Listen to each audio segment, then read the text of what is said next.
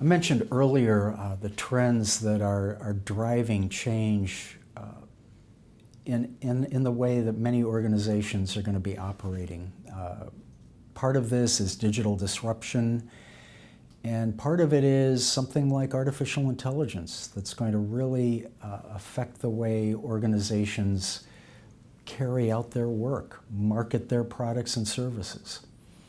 So what's it mean for the skills and competencies of folks who are in the HR role, who are really helping organizations make their employees as productive and engaged as possible and ready to meet these challenges?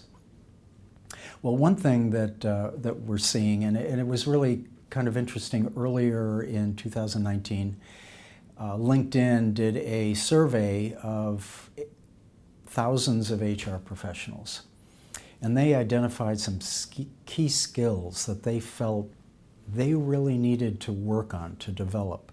And the top one was something called people analytics. Another word for this is workforce analytics, and that is understanding how data, how information can be used to really make better decisions, better recruiting decisions, better performance management decisions, better retention decisions, better employee engagement decisions. So that was one of the top skills.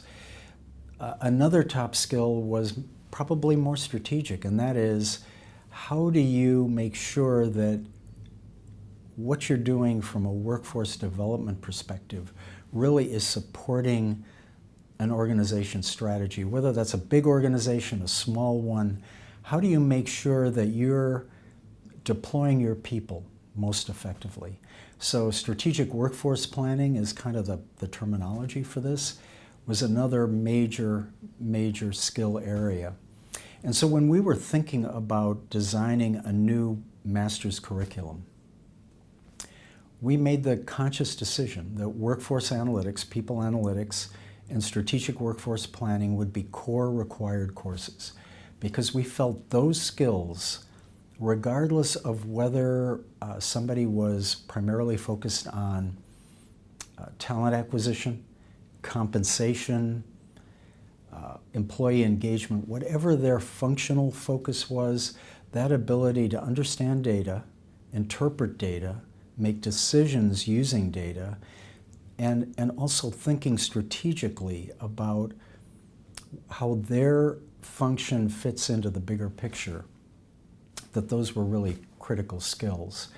And so what we've tried to do is create a curriculum that really ensures that HR professionals, whether they're new to the field or have been in the field a while, are prepared to help their organizations address some of the key changes and key trends that I talked about earlier.